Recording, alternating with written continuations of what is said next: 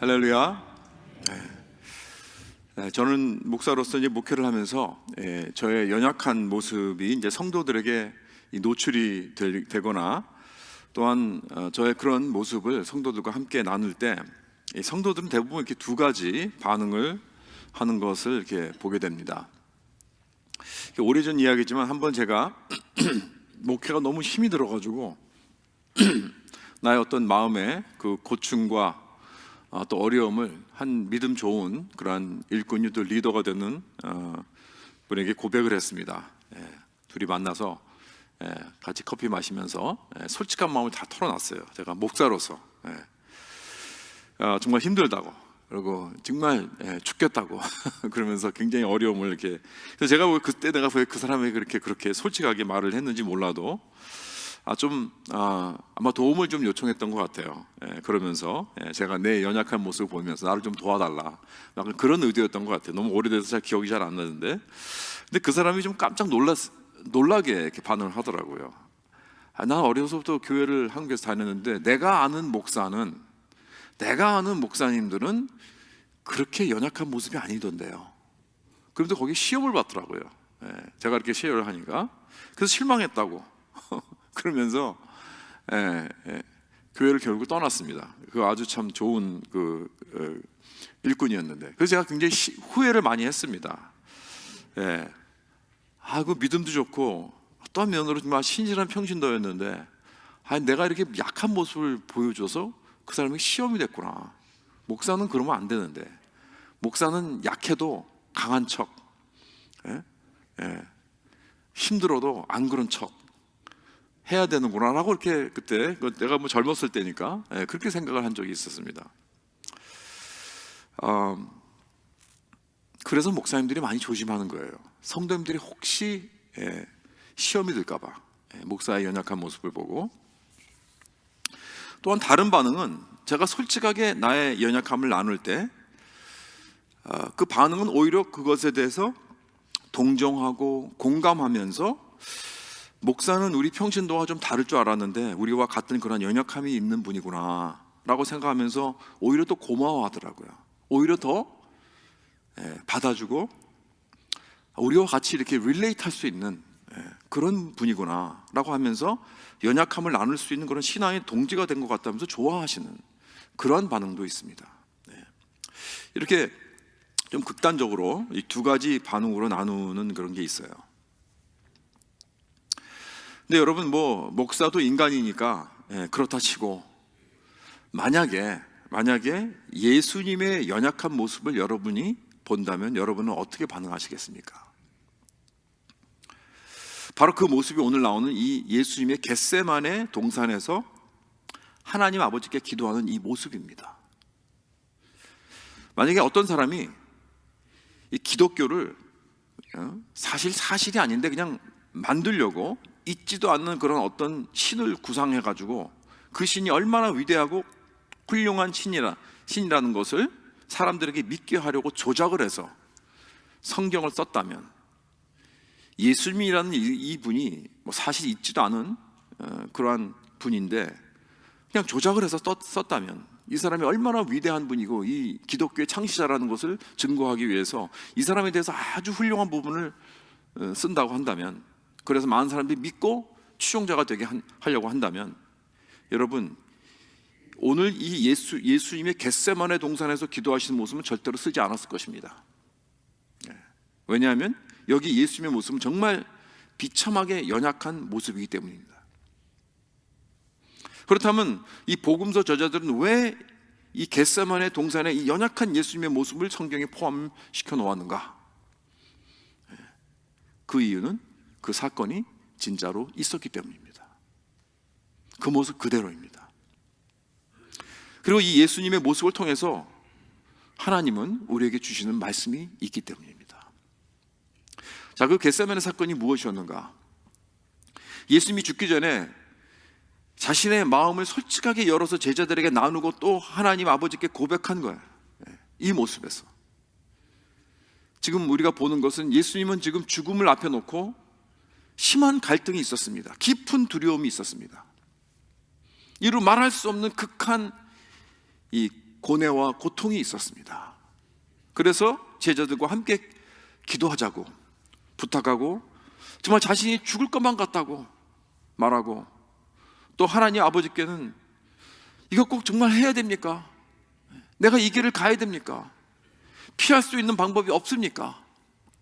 라고 자기 자신의 마음을 솔직하게 고백하는 이 모습이 이렇게 성경에 나타나 있습니다.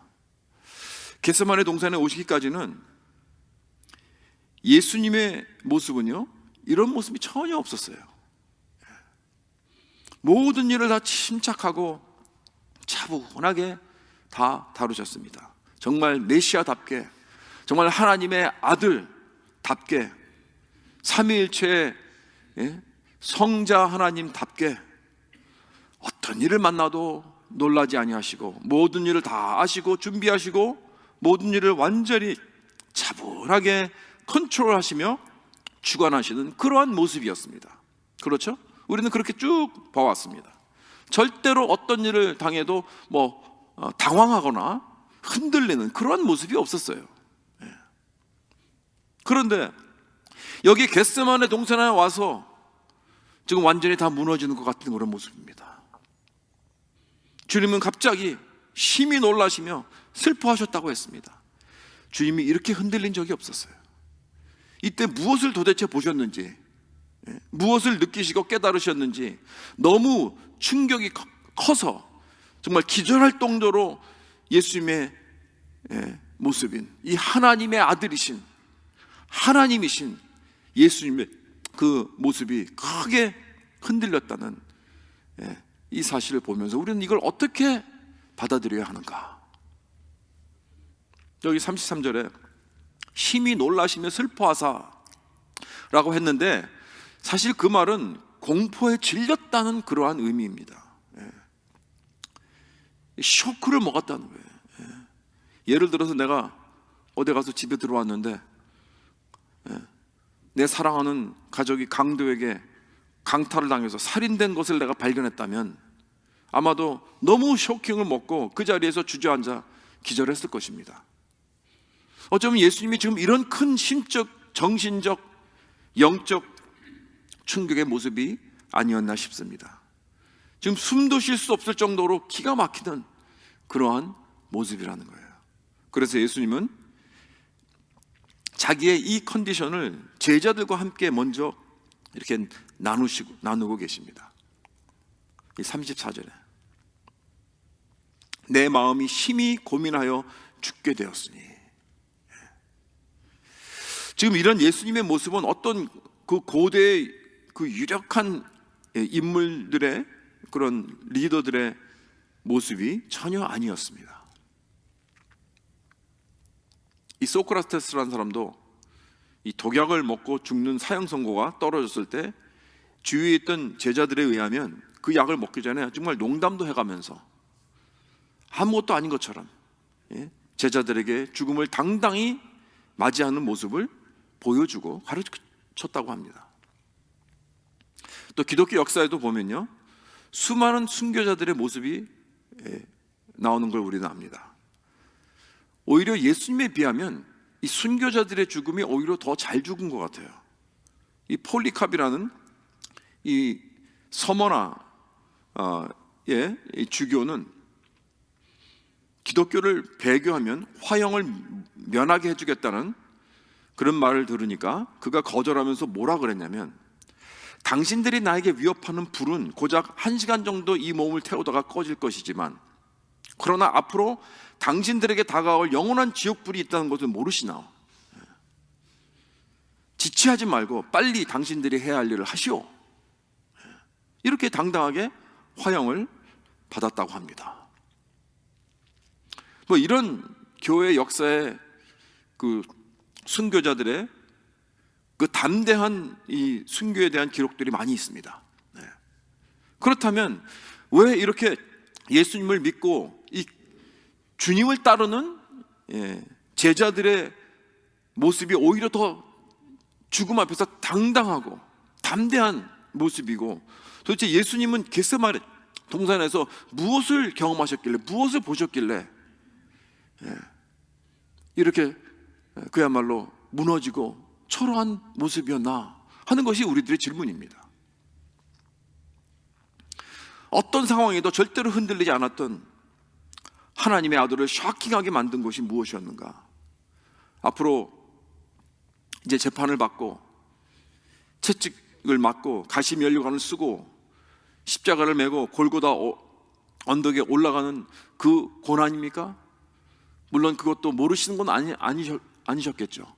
아셨습니다. 십자가에서 6시간 동안 못 박혀 피 흘려 죽으시는 그 육신적인 고통 때문인가요? 아마 그것 때문만은 아니었을 것입니다. 그것보다 더 크고 두려운 것을 겟세마네 동산에서 보신 것입니다. 그 무시무시한 모습이 무엇이었는가?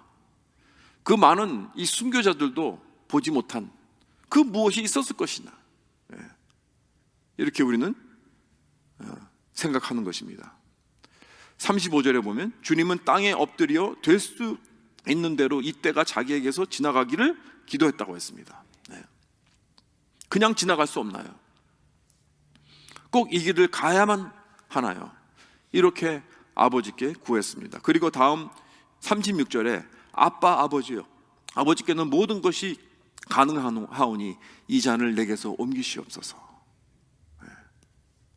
이것이 예수님의 기도의 중심이었어요.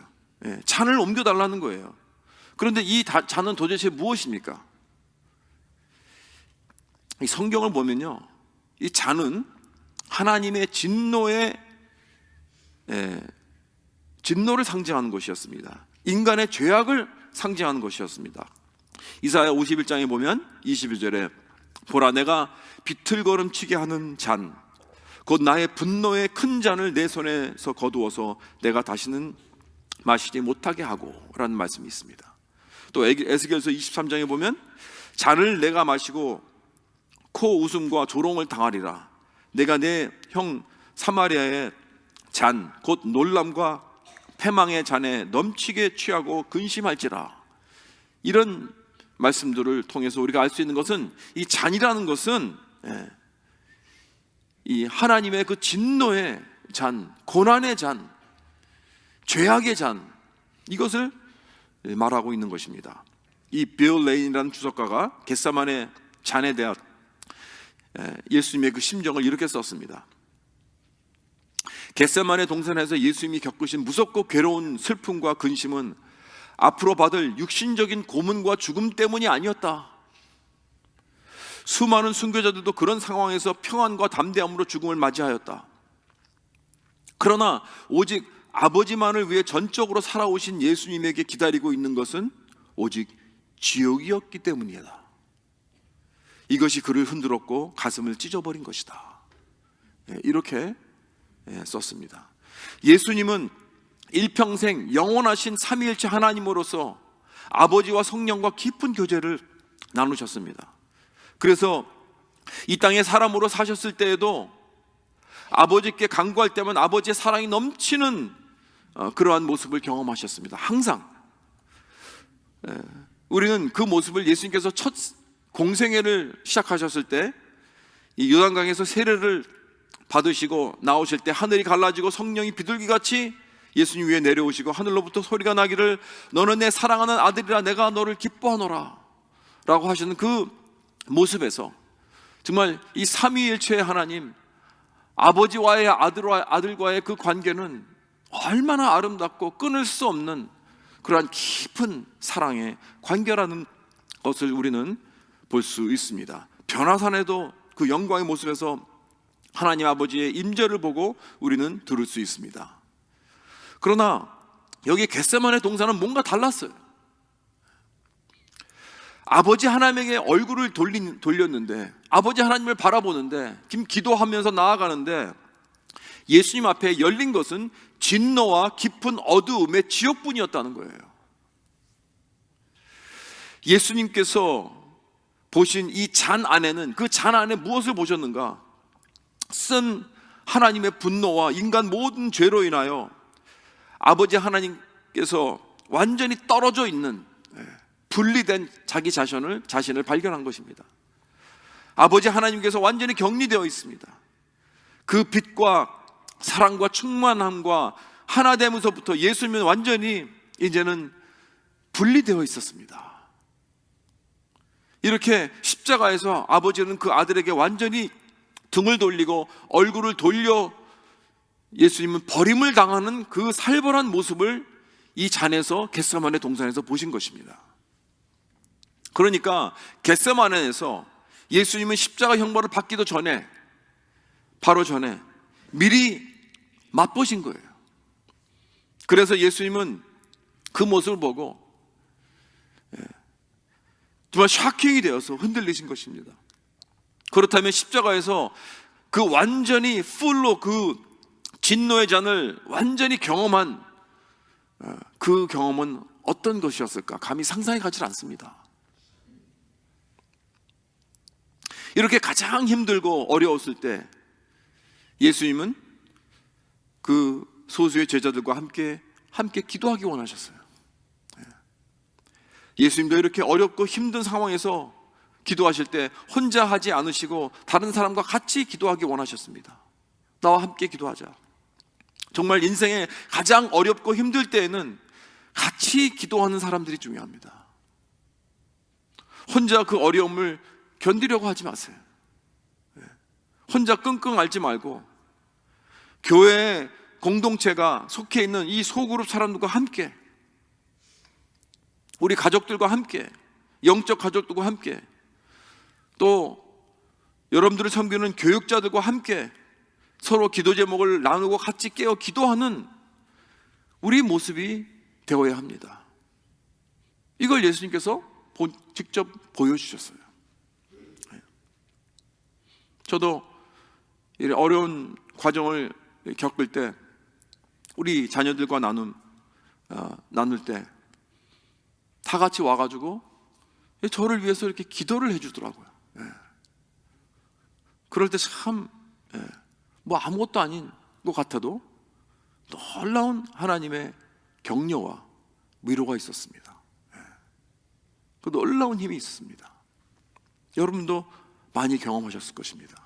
그래서 이렇게 우리는 가장 어려운 그러한 이 상황에 놓여 있을 때 혼자 그거 갖다 견디라고 하지 않으셨어요. 예수님도 이런 상황에서 제자들과 함께 같이 기도하자, 이렇게 이 중보 기도의 놀라운 이 능력과 이 중보 기도의 놀라운 그 실제를 경험하기를 원하셨습니다. 본을 보여주셨어요. 뿐만 아니라 예수님은 자신의 연약함을 제자들에게 보여주시기 원하셨습니다. 숨기려고 하지 않으셨어요. 어떤 목사님들과 같이, 어떤 리더들과 같이 마치 나는 아무 문제가 없는 그러한 대담한 사람처럼 숨기려고 하지 않았어요. 자기의 연약함을 직접 보여주십니다. 성경은 예수님을 이렇게 표현합니다. 이사야 53장 3절에 보면, 그는 멸시를 받아 사람들에게 버림을 받았으며 간고를 많이 겪었으며 질고를 아는 자라. 마치 사람들이 그에게서 얼굴을 가리는 것 같이 멸시를 당하였고 우리도 그를 귀히 여기지 아니하였도다. 예수님을 Man of Sorrow라고 했습니다. 여러분들도 이렇게 주일에 다 아름답게 치장을 하고 옷을 입고 예배하러 나오셨지만 여러분들이 말 못할 그런 사정이 있지 않으십니까? 어떤 근심 걱정으로 잠 못 이루신 적이 있습니까? 여러분의 건강 때문에, 자녀 때문에 고민하고 간고를 겪고 질고를 아십니까? 여러분, 주님은 아십니다. 주님은 우리들의 간고와 질고를 다 아십니다. 왜냐하면 우리가 겪고 있는 것보다 훨씬 더 깊은 고난을 다 겪으셨기 때문입니다. 그래서 우리 모두가 인생의 어떤 고충과 어떤 고난을 만나도 주님 앞으로 가지고 나오지 못할 그러한 기도 제목은 없습니다. 어떠한 것도 내가 주님 앞에 가지고 나와도 우리 주님이 다 받아주신다는 사실입니다. 그리고 주님은 나에게 말씀하십니다. 내가 안다, 나도 안다 라고 우리 등을 두드려 주시고 쓰다듬어 주시는 우리 주님인 줄 믿으시기 바랍니다. 저는 어떨 땐 묻습니다. 왜 겟세마네 동산에서 하나님 아버지는 예수님께 미리 이것을 맛보게 하셨는가? 그 십자가의 고난을 미리 왜 보여주셨는가?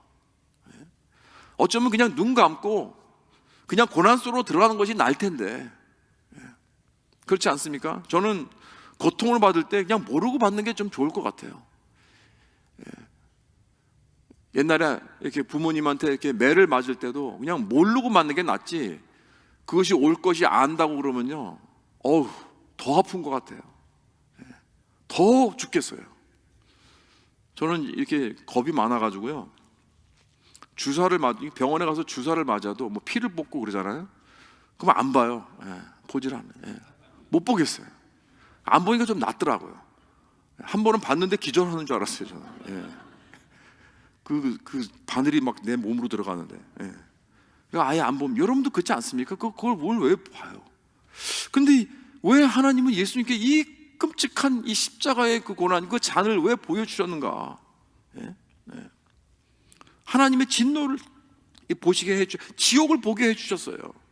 그러니까 다 보고 들어가신 거예요. 보고, 엄연히 다 보고, 아버지 하나님의 사랑에서 영영이 끊어지는 것을 보여주시는 거예요. 자신이 모든 죄를 짊어지고 십자가에서 아버지에게 저주를 받는 그러한 것을 보시고, 또 그뿐 아닙니다. 정말 주님 없이 절망과 즐거움 속에서 이 세상을 살아가는 수많은 그 영혼들을 보게 해주셨습니다. 그리고 십자가로 가신 거예요. 예수를 끝까지 믿지 않고 지옥으로 가는 그 수많은 영혼들을 보면서 그들을 위해서 십자가로 가신 것입니다. 정말 고난의 극치를 다 경험하신 것입니다. 그만큼 진노의 하나님, 심판의 하나님 무서운 것입니다. 이 심판은 무서운 거예요. 하나님의 진노는 무서운 것입니다. 그만큼 우리의 죄는 무서운 것입니다. 여러분, 요즘 시대는 많은 사람들이 이 진노의 하나님이라는 걸 잘 받아들이지 못합니다. 그걸 알기 원치 않아요. 진노의 하나님을 원치 않습니다. 사랑의 하나님, 은혜의 하나님, 이런 건 잘 영접하는데 진노의 하나님, 심판의 하나님에 대한 말씀이 나오면 거부합니다. 듣기 싫어합니다. 그러나 여러분, 우리가 잘 기억해야 될 것은 사랑의 하나님을 원한다면 진노의 하나님도 있어야 합니다. 여러분, 그거 아십니까? 여러분, 진노의 하나님이 없으면 사랑의 하나님도 없어요. 한번 우리가 생각해 볼 수 있으면 좋겠습니다. 여러분, 사랑이 많은 사람들은 화를 낼 줄 압니다. 그렇죠? 사랑함에도 불구하고가 아니라 사랑하기 때문에 화가 나는 거예요. 사실 내가 누굴 깊게 사랑하면 사랑할수록 더욱 분노가 일어나는 거예요. 우리들도 다 사랑을 해봐서 아시겠지만, 내가 사랑하는 사람이 자신을 망치고 자기 자신을 해하는 것을 보면 화가 나지 않겠습니까? 여러분, 만약에 내 자녀가 아무것도 하지 않고 마약에 중독이 되어서 늘 자기 자신을 망하게 하고 있다면 여러분, 그거 보고 화나지 않겠습니까? 화나지 않는 부모가 어디 있겠습니까? 그러나 내가 부모인데도 화가 나지 않는다면 그건 내 자녀를 사랑하는 게 아니죠. 자기 자신밖에 모르는 부모는 자식이 망해가도 화가 나지 않을 것입니다. 네 삶은 네가 살아라, 뭐 이러면서. 그러나 내가 사랑하면 사랑하는 만큼 분노가 나는 것입니다. 그래서 하나님은 이 세상을 만드시고 사랑하시기 때문에 이 세상이 망해가는 것을 도저히 보시면서 화를 금치 못하시는 것입니다. 그래서 하나님은 진노의 하나님이신 것입니다. 그렇기 때문에 나는 진노의 하나님을 원하지 않고 사랑의 하나님만 원한다는 것은, 이 말이 얼마나 어리석은 말인지 아십니까? 하나님은 사랑의 하나님이십니다. 그러나 진노의 하나님이십니다. 하나님은 죄악을 보고 진노하십니다. 가만히 있지 않으십니다. 그리고 그 악한 것을 제거하기 위해서 오늘도 일하시는 분인 줄 믿으시기 바랍니다. 뿐만 아니라 진노의 하나님은 우리가 또 얼마나 가치 있는 존재인가를 보여주세요. 여러분, 하나님의 진노 없이는 우리의 가치가 얼마나 큰가를 몰라요, 우리가. 왜냐하면 진노의 하나님이 없으면 십자가도 필요 없어요. 나의 죄값을 치를 필요도 없고요, 죄와 악에 대해서 진노가 없이 그냥 나를 사랑만 하면 되니까 진노가 없는 하나님은 십자가도 필요 없는 거예요. 그래서 하나님이 사람이 되어서 십자가로 가서 죽을 필요도 없어요. 우리를 위해 고난을 받으실 필요도 없고, 우리를 사랑하기 위해서 아무런 대가를 치를 필요도 없는 거예요. 그렇다면 우리를 사랑하기 위해서 아무런 희생이나 대가를 치르는 그런 하나님이 아니죠.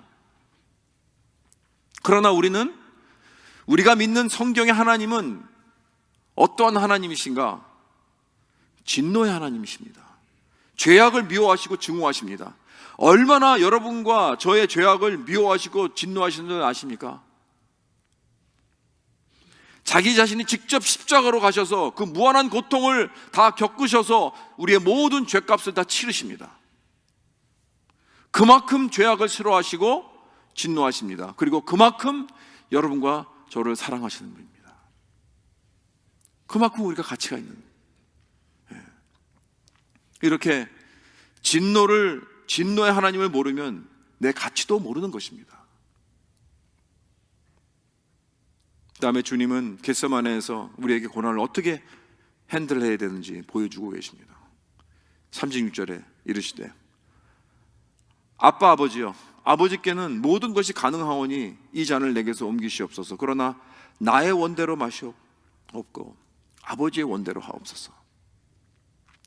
여러분, 고난이 뭡니까? 고난이란 좀 팬시하게 표현하면 내가 원하는 것과 상황과 일치가 되지 않는 것입니다. 그러니까 나의 욕심과 내가 원하는 것과 상황과 이 갭이 있는 거예요. 내가 원하는 대로 되면은 그건 거기는 고난이 없죠. 그러나 내가 원하는 대로 되지 않으니까 고난이 오는 거 아닙니까? 예를 들어서 내가 원하는 이 비즈니스가 성공을 해서 잘 사는 것인데 상황은 내 비즈니스가 망하고 지금 못 살고 있어요. 그러니까 내가 원하고 내가 욕심하는 것과 완전히 차이가 있죠. 상황하고. 이 고난이겠죠. 또 내가 원하는 것은 사람들의 존경과 인정을 받는 것인데 상황은 사람들이 날 비난합니다. 그리고 날 인정해 주지 않습니다. 이게 고난이죠. 내가 원하는 것은 건강하게 살면서 내가 가고 싶은 데 다 가고 하고 싶은 거 다 하는 건데 상황은 내가 지금 병에 걸려 있어요. 아무것도 못해요. 이게 고난이죠. 그래서 이런 고난이 있으면 사람들은 어떻게 합니까? 둘 중에 하나입니다. 상황을 바꾸든지 아니면 내가 원하는 걸 포기하든지. 그래서 어떤 사람은 내가 원하는 그대로 지키고 자꾸 상황을 바꿔갑니다. 그래서 내가 원하는 것과 상황이 일치가 되지 않을 때 자꾸 상황을 바꿔서 일치를 만들어 가려고 합니다. 근데 그게 문제가 뭐냐면 6개월이 지나면 또 바꿔야 돼요. 왜냐하면 상황이라는 것은 내가 원하는데 협조를 해주지 않아요. 또 다른 방법은 내가 원하는 것을 그냥 포기하는 것입니다. 좌절하는 거죠. 내 꿈과 비전을 접어버립니다.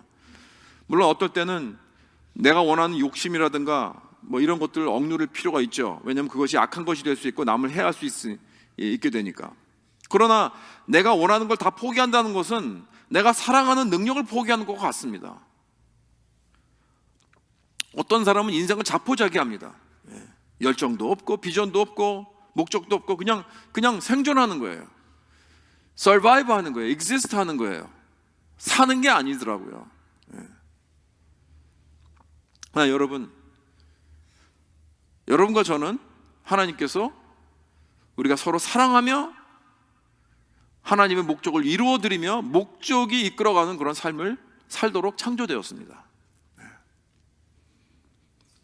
자, 지금 그러면 예수님께서 여기 원하시는 것은 이 잔이 지나가기 원하셨어요. 이 잔이 내게서 옮겨지기 원하셨습니다. 그런데 상황은 그렇지 않습니다. 그 잔을 마시게 되어 있어요. 이것이 예수님의 고난입니다. 그런데 예수님의 마지막 결정이 무엇이었는가? 나의 원대로 마시옵고 아버지의 원대로 하옵소서. 그러니까 이 기도는 예수님도 상황 때문에 갈등을 했지만 결국 사랑 안에서 순종하셨다는 거예요. 이걸 보여준 것이죠. 이게 순종의 기도입니다. 많은 경우 우리들은 고난 속에 있을 때 가장 깊은 아픔과 두려움과 어둠 속에 있을 때는요, 나밖에 생각을 안 하더라고요. 그래서 우리가 감정으로 막 행위가 나타나는 경우가 있습니다. 그래서 내가 사랑한 사람에게 막 성질을 부리고 학대합니다. 내 자신을 해하는 그러한 잘못된 선택을 합니다. 그리고 나를 사랑하고 귀하게 여기는 사람들을 대적하고 상처를 주는 말을 합니다. 막. 고난 속에 있으니까. 그런데 예수님은 역사상 가장 인간에게 있어서 크고 개인적인 그 고통으로서도 그렇게 가장 큰 고통이었는데 예수님께서 그렇게 반응하지 않으셨어요. 감사하게. 그저 아버지께 나의 원대로 마시옵고 아버지의 원대로 하옵소서. 이거 무슨 의미냐면 비록 내가 느끼는 감정과 상관없이 나는 하나님을 믿습니다, 이거예요.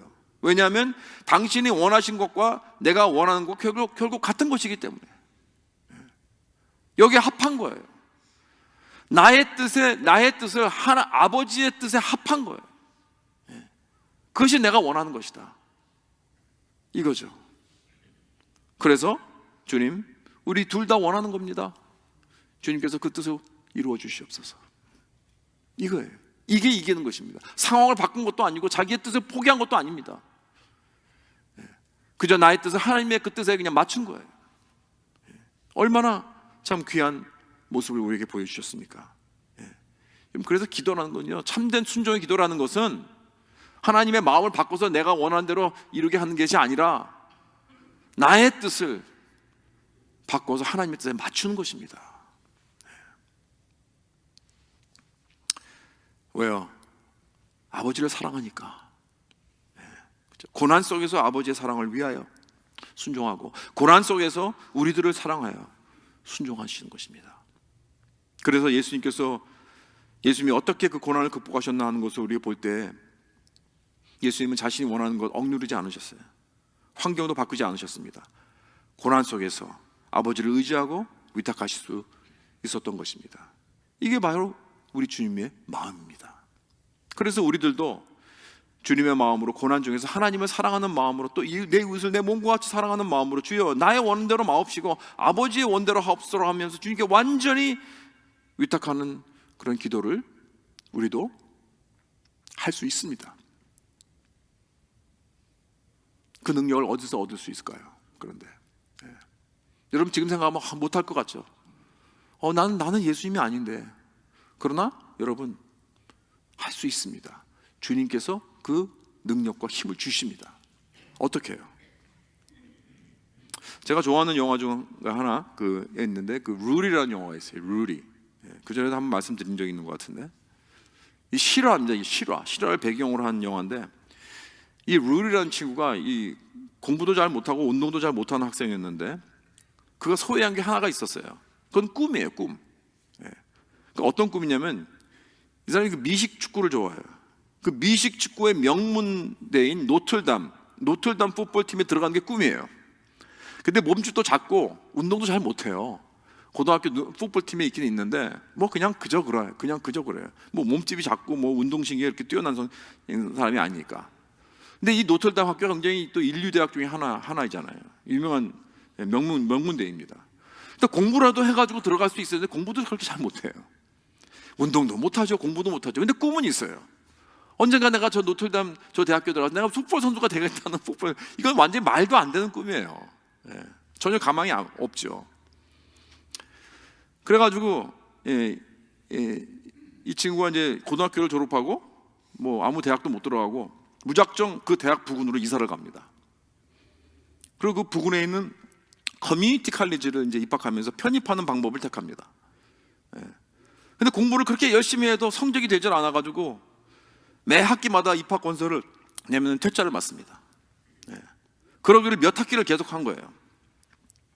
이제 마지막 학기, 마지막 한 번 찬스가 남았어요. 이 애플리케이션을 다시 냅니다. 여기서 떨어지면 더 이상 이제는 그 애플리케이션 낼 기회가 주어지지 않습니다. 이제 끝나는 거예요. 그래서 그때 루리가 애플리케이션을 내고 그 노틀담 대학교, 이 캐톨릭 대학교니까 성당으로 들어가서 기도를 합니다. 근데 거기서 신부님을 만나요. 자기 사정을 이야기하면서 그럽니다. 신부님, 내가 믿음이 없나 봐요. 기도가 더 필요한가 봐요. 그랬더니 신부님은 그게 문제가 아닌 것 같아. 그렇게 대답합니다. 루리가 말합니다. 그럼 내가 할 수 있는 것을 다 하고 최선을 다하고 노력을 다 했는데 왜 하나님이 날 도와주지 않는 거예요? 신부님.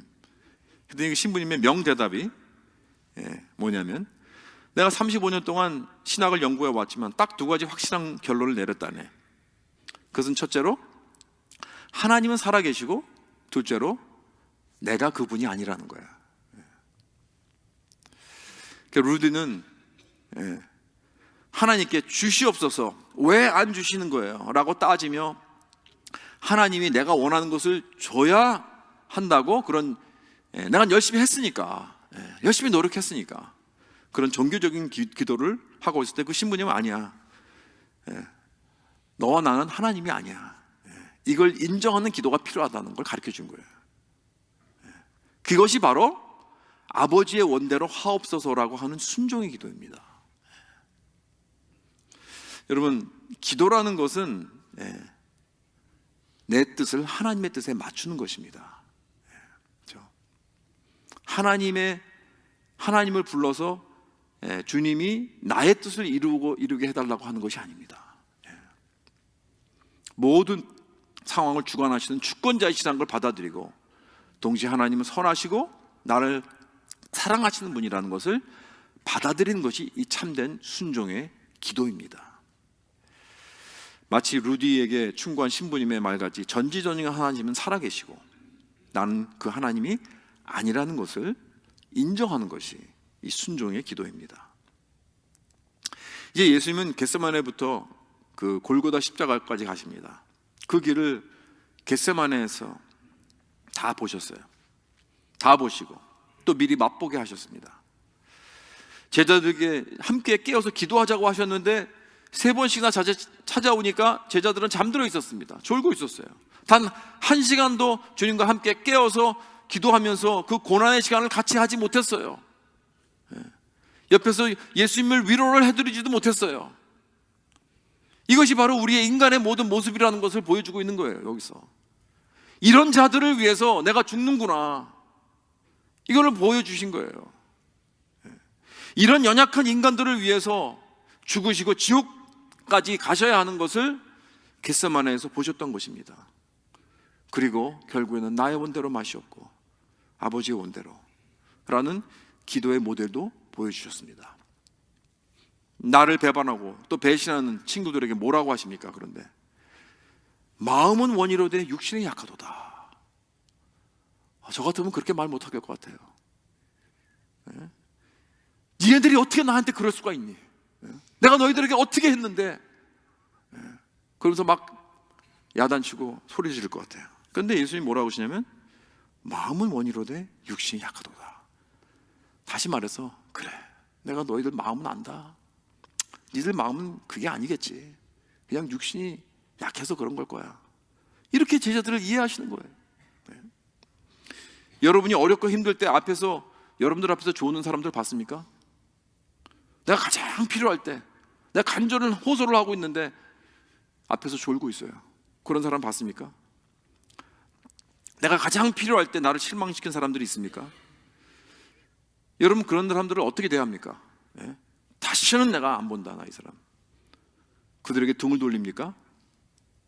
근데 여러분들은 얼마나 많이 주님 앞에서 졸았습니까? 나는 얼마나 많이 주님을 실망시켜 드렸습니까? 그래도 주님은 나에게 찾아와서 그래, 내가 너의 마음을 안다. 네 마음은 그런 게 아니지. 육신이 약해서 그런 걸 거야. 이렇게 날 이해해 주셨는데, 남이 나에게 실망시켜줄 때 나는 그들에게 그래, 당신의 마음은 그게 아니지. 육신이 약해서 그런 걸 거야 라고 하면서 받아준 적이 얼마나 있습니까? 이렇게 우리 주님은 겟세마네 동산에서 우리들에게 본을 보여주셨습니다. 그러나 주님은 우리에게 본만 보여주신 게 아니에요. 우리들의 대리가 되어주셨습니다. 우리 반드시 이걸 기억해야 돼요. 주님의 본을 따르는 것은 어렵습니다.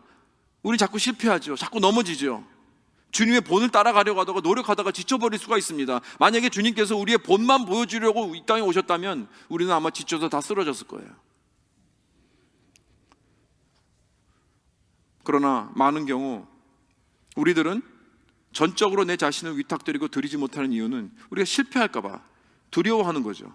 그리고 남에게 실망이 될까 봐, 나의 실수와 연약함으로 주님의 그 인내와 사랑이 끊어질까 봐 우리는 믿지 못하는 거죠. 그러나 감사하게도 주님은 우리를 대신하러 오신 거예요. 대신하러. 우리가 살지 못하는 삶을 대신 살아주시고, 우리가 죽어야 마땅한데 그 죽지 못하니까 우리를 대신해서 죽어주신 것입니다. 그렇기 때문에 이 사실에서 우리는 안식하고 자유할 수 있는 것입니다. 여기에서 우리는 힘을 얻는 거예요. 왜냐하면 그 자리가 바로 우리 주님의 날개 아래에 있거든요. 그래서 우리는 거기서 편안히 쉬고 다시 힘을 얻을 수 있는 거예요. 쓰러질 때 우리는 주님의 날개 안에서 쓰러지는 거예요. 주님을 배반할 때 우리는 날개 안에서 배반하게 되는 거예요. 그래서 거기서 다시 평안을 누리고 다시 힘을 얻고 다시 회개하고 십자가 붙잡고 일어나 주님을 따라가는 것입니다. 주님을 따라가다 실패하십니까? 그래도 돼요. 넘어져도 됩니다. 그거 두려워하지 않아도 됩니다. 주님의 인자와 긍휼은 아침마다 새롭기 때문입니다. 주님은 우리를 대속하시려고 십자가로 가셨습니다. 우리를 사랑하셨기 때문에 지옥이 그에게 임하셨습니다. 그러나 지옥도 그 사랑을 깨지 못합니다. 로마서 8장에서 주님의 사랑은 이렇게 나타냈습니다. 그러나 이 모든 일에 우리를 사랑하시는 이로 말미암아 우리가 넉넉히 이기느니라. 내가 확신하노니 사망이나 생명이나 천사들이나 권세자들이나 현재일이나 장래일이나 능력이나 높음이나 깊음이나 다른 어떤 피조물이라도 우리를 우리 주 예수 그리스도 안에 있는 하나님의 사랑에서 끊을 수 없으리라. 심지어는 지옥도 우리를 향한 주 예수 그리스도의 사랑을 끊을 수 없었습니다. 겟세마네 동산에서 하나님 아버지가 아들 예수님에게 잔을 주시고 예수님께 묻습니다. 이 영광로 속으로 들어갈 수 있는가? 저들을 구원하려면 예수 그리스도가 이 영광 속으로 들어가든지 아니면 저들이 멸망하든지 둘 중에 하나다. 그들을 대신하여 이 영광로 속으로 들어갈 수 있는가? 예수님의 답은 이겁니다. 왜 내가 저들을 대신하여 저들을 위해 영광로로 들어가야 하는가? 내가 가장 필요할 때 나를 위해 단 한 시간도 끼어서 기도해 주지 못한 저 인간들을 위해서 내가 왜 들어가야 합니까? 그러지 않으셨어요. 우리를 끝까지 사랑하십니다. 우리가 경배하고 섬기는 우리 주님은 우리를 이만큼 사랑하시는 분이십니다. 이 놀라운 사랑을 깨닫는 만큼 우리는 주님을 닮아가는 그런 아름다운 제자의 모습으로 따라가게 될 것입니다. 기도하겠습니다.